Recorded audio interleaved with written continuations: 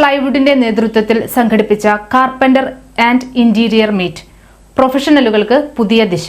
കൊടുങ്ങല്ലൂരിലെ J കാസ്റ്ററിൽ famous plywood സംഘടിപ്പിച്ച carpenter and interior meet program പങ്കാളിത്തം കൊണ്ട് ശ്രദ്ധേയമായി. ഈ മീറ്റിന്റെ പ്രധാന ഉദ്ദേശം ഇന്റീരിയർ വർക്കുകൾ ചെയ്യുമ്പോൾ പുതിയ രീതിയിൽ എങ്ങനെ ചെയ്യാമെന്നും ഗുണമേന്മയോടെ എങ്ങനെ പ്രവർത്തിക്കാമെന്നും എന്നതാണ്. 95ഓളം കാർപ്പന്റേഴ്സ് ആൻഡ് ഇന്റീരിയേഴ്സ് പങ്കെടുക്കുകയും പുതിയ ആശയങ്ങൾ പങ്കുവച്ച് പ്രവർത്തനത്തിന് മികച്ച ദിശയിൽ മുന്നോട്ടു പോകുന്നതിനെക്കുറിച്ച് വർക്ക്ഷോപ്പുകൾ നടത്തുകയും ചെയ്തു. പ്രശസ്ത ഡോക്ടർ ഇന്റീരിയർ എന്നറിയപ്പെടുന്ന യൂട്യൂബർ അജയ് ശങ്കർ മുഖ്യാതിഥിയായി. New mica company, euro decor തുടങ്ങിയ പ്രമുഖ കമ്പനികൾ ഈ പ്രോഗ്രാമിൽ അസോസിയേറ്റ് ചെയ്തു.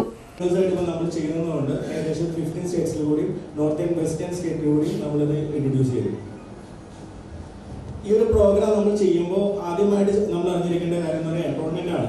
നമ്മൾ എല്ലാവർക്കും അറിയാം എൻറോൾമെന്റ് എന്താണെന്നുള്ളത്. കാരണം ഒരു പ്രോഗ്രാമിലേക്ക് നമ്മൾ രജിസ്റ്റർ ചെയ്യുന്ന ഒരു പ്രക്രിയയാണ് എൻറോൾമെന്റ് എന്ന് പറയുക. അപ്പോൾ ഇതിൽ രജിസ്റ്റർ ചെയ്യുമ്പോൾ നമ്മൾ വളരെ 3 കാര്യങ്ങൾ ഇമ്പോർട്ടൻസ് ആയിട്ട് നമ്മൾ നോക്കണം. ഒന്ന്, നമ്മൾ നമ്മുടെ പേഴ്സണൽ ആയിട്ടുള്ള ഡീറ്റെയിൽസ് ഇതിൽ കൊടുക്കും. പിന്നെ വരുന്നത് നമ്മുടെ ബാങ്കിങ് ഡീറ്റെയിൽസ്. പിന്നെ വരുന്നത് നമ്മുടെ പാൻ, അങ്ങനെ അഡ്രസ് പ്രൂഫ്, ഇങ്ങനെയുള്ള കാറ്റഗറിയുള്ള കാര്യങ്ങളാണ് കൊടുക്കുക. ഇത് എന്തിനാണ് കൊടുക്കുന്നതെന്ന് വെച്ചാൽ, നമ്മളൊരു ഗിഫ്റ്റ് നമ്മൾ വാങ്ങുമ്പോൾ ഇത് നമ്മൾ ഗവൺമെന്റ് ആയിട്ട് പറഞ്ഞിട്ട് ചെയ്യുന്ന ഒരു കാര്യമാണ്. അതിന് വേണ്ടിയിട്ടാണ് നമ്മൾ ഈ പ്രൂഫുകളെല്ലാം പറഞ്ഞത്.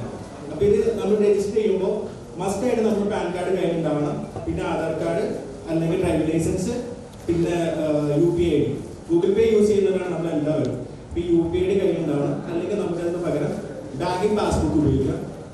പാസ്ബുക്ക് തരുമ്പോൾ അതിൻ്റെ ഒരു ഫോട്ടോ നമുക്ക് തരണം. UPI ID ആണെങ്കിൽ നമുക്ക് നേരെ കോപ്പി പേസ്റ്റ് ചെയ്ത് ചെയ്യാൻ പറ്റും ആപ്പിലേക്ക്. അപ്പോൾ മസ്റ്റായിട്ട് നിങ്ങൾ മനസ്സിലാക്കേണ്ട കാര്യം, പാൻ കാർഡ് മാൻഡേറ്ററി ആയിട്ട് വേണം.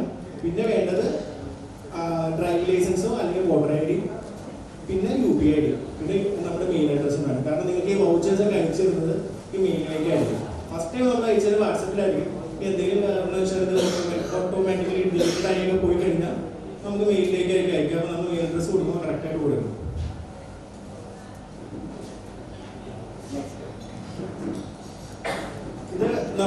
നിങ്ങളിപ്പോ ഒരു QR കോഡിനെ കുറിച്ച് പറഞ്ഞല്ലോ.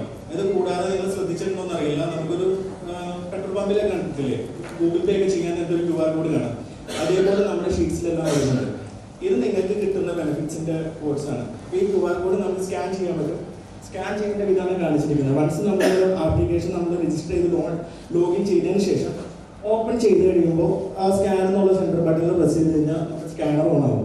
അതിൽ പ്രസ് ചെയ്ത് കഴിഞ്ഞാൽ QR കോഡ് വിത്തിൻ 1 സെക്കൻഡിനുള്ളിൽ സ്കാൻ ആവും.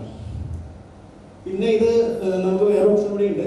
ഈ QR കോഡിന്റെ സീരിയൽ നമ്പർ ഉണ്ട്, അതൊരു 14 ഡിജിറ്റ് ആണ്. ഈ നമ്പർ അടിച്ചു കൊടുത്തിട്ട് നമുക്ക് സബ്മിറ്റ് ചെയ്യാൻ പറ്റും.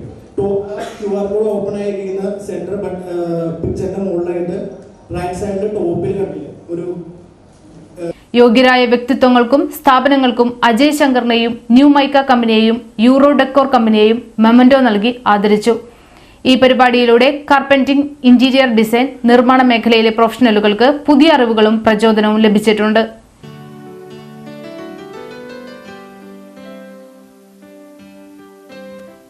Thank you so much. Next.